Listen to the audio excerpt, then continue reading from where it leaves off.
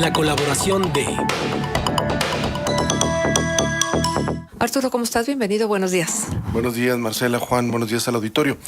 El tema que abordo el día de hoy en las páginas editoriales del Siglo de Torreón y que les comparto a continuación, creo que es un tema relevante que está cobrando cada vez mayor importancia en el plano global y que ahora pues, era cuestión de tiempo de que llegara a México y ya se está planteando en México este tema, que es el de la iniciativa, la gran iniciativa de China como un proyecto geopolítico y un proyecto comercial de largo aliento, que es la nueva ruta de la seda.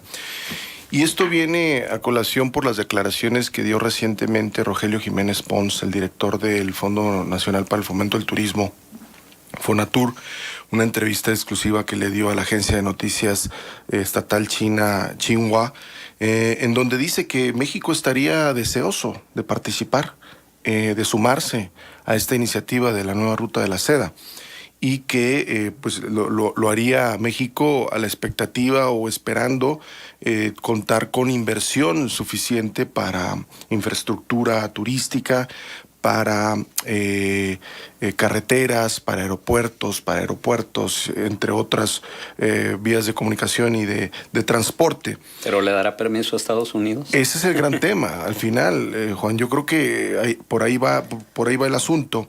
Y llama la atención, porque Rogelio Jiménez Pons no es cualquier funcionario, estamos hablando del director del organismo que tiene bajo su encargo la licitación del Tren Maya, que es una de las 5 grandes obras del sexenio de Andrés Manuel López Obrador, una obra polémica, un proyecto que está desatando controversia, pero que sin duda es uno de los grandes proyectos de infraestructura. Ya se lanzó la licitación, está en ese proceso. El sumarse, el que México se sume a esta iniciativa de la nueva ruta de la seda, o como le conocen oficialmente, la iniciativa de la franja y la ruta, implicaría abrir a nuestro país a el capital chino y abrir también el mercado mexicano a los productos chinos, más de lo que ya está abierto. Esto en medio de un clima de guerra comercial, pues resulta bastante interesante.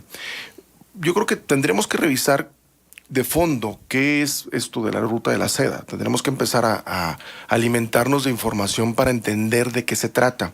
Y bueno, esto nos remonta a una cuestión milenaria. Estamos hablando de la ruta de la seda original como este conjunto de caminos terrestres que comunicaron por allá en el siglo I antes de Cristo al siglo II después de Cristo, que comunicó a China con Roma y que generó un tráfico de mercancías abundante, en donde digamos que el producto principal era la seda. Esta tela de lujo que se consumió desde entonces en Occidente, en Europa, en todo lo que es el ámbito mediterráneo, y que cautivó a la sociedad romana y la consumió en abundancia. Pero no solamente era la seda, eran otros productos también. Y esta ruta de la seda terrestre tenía una réplica marítima que era la ruta de las especias. Todos estos condimentos que se generaban principalmente en la India pasaban por mar y llegaban también al ámbito mediterráneo donde se consumieron. Tuvo esta ruta de la seda un primer auge importante que fue el siglo II después de Cristo, cuando el mundo conocido entonces, vivió una etapa sin precedentes de estabilidad económica, política y de intercambio comercial, donde los principales imperios de la época, que era Roma, Persia, India y China, vivieron con relativa paz, y eso fomentó el intercambio comercial en abundancia.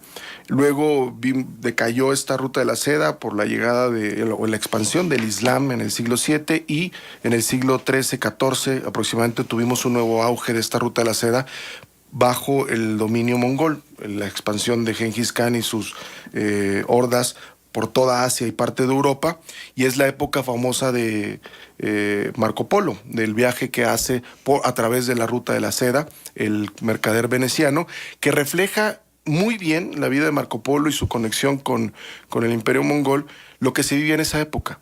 que era el tráfico de mercancías de Oriente hacia Occidente y el flujo de capitales de Occidente a Oriente, algo muy similar a lo que ocurre precisamente hoy. Precisamente te iba a decir esto, como los primeros visos de lo que significaría la globalización y lo que significaría la caída de las fronteras en el tono comercial, ¿no? Hay que recordar que, por ejemplo, dos productos emblemáticos de Italia son chinos, ¿no? La pasta y el helado, por ejemplo. El helado, por ejemplo, todo eso venía de Oriente y es donde se empieza a dar, gracias a este comercio, la primera gran acumulación de capital en Europa, que primero se concentra en las ciudades del norte de Italia y después llega a expandirse por todo el continente, llegando a las cortes de los reinos europeos, principalmente Francia, la monarquía española e Inglaterra.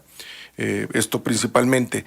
Y bueno, hay una decadencia posterior que tiene que ver con el surgimiento del Imperio Turco, que es el que bloquea el comercio entre Oriente y Occidente y obliga a las nacientes potencias europeas, por ahí del siglo XVI, a voltear hacia América y sustituir con los productos americanos todo este flujo que dejó de darse entre Oriente y Occidente.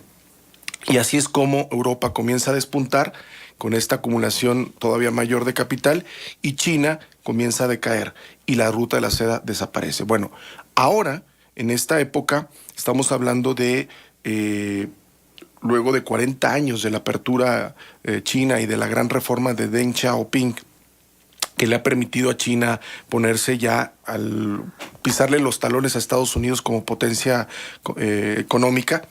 Xi Jinping, el actual presidente chino, desde su llegada en 2013, ha planteado que China es el momento para que pueda conectarse más con el mundo y generar un vínculo comercial mucho más fuerte en aras de posicionarse primero en Asia y posteriormente como una potencia referencial en todo el mundo. Esto ha sido visto por Washington, obviamente, como una disputa por la hegemonía mundial, algo que Donald Trump ha entendido y que ha llevado a su gobierno a aplicar aranceles, a abrir una guerra comercial con China que acaba de recrudecerse el fin de semana con el aumento de 10 al 25% a productos por $200 mil millones y ya dijo que activó el mecanismo para que se apliquen los aranceles al resto de las importaciones chinas. Estamos hablando de alrededor de un comercio de $550 mil millones al año. Pero inicialmente había sido más específico, es decir, qué tipo de productos eran los que iban a tener este tipo de arancel. Luego ya lo abrió a totalidad de las Claro, sí, bueno, el tema de la agricultura, por ejemplo, el tema de la tecnología también. Hay que recordar también y hay que entender todo esto bajo el contexto de que China no ha logrado penetrar con su tecnología a Estados Unidos. Estamos hablando principalmente de Huawei, esta empresa que, por cierto, en México ha entrado con muchísima fuerza, que ha sido también su directora de finanzas detenida en Canadá por órdenes de Estados Unidos y que está en proceso de extradición, acusada de violar las sanciones a Irán que aplicó Estados Unidos después de su salida del tratado nuclear. Todo este contexto tan complejo, tan fuerte, histórico, político, son demasiados económico, ingredientes en una sola olla. Aquí el tema, faltaba que México dijera algo respecto a esta iniciativa de China y ya lo dijo, al menos en voz de Rogelio Jiménez Pons, el director de Fonatur, que no es cualquier funcionario, hay que ver la envergadura de proyectos que trae y cómo pudiera México vincularse con este proyecto de la Ruta de la Seda. Ya son 125 países los que han firmado el memorándum de cooperación para la Ruta de la Seda.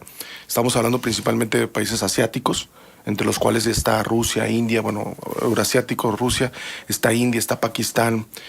Hay países africanos, casi todos los países africanos, que por cierto, su principal acreedor es China. Están países europeos, hay países latinoamericanos, Perú, Ecuador, Uruguay, Panamá, que es estratégico. Claro. Y parece que México está diciendo, pues queremos sumarnos.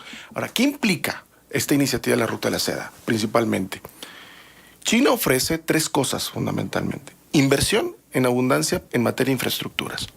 puertos, aeropuertos, carreteras, oleoductos, refinerías, lo que sea en materia de infraestructura, para generar energía, para comunicar, telecomunicaciones, lo que sea.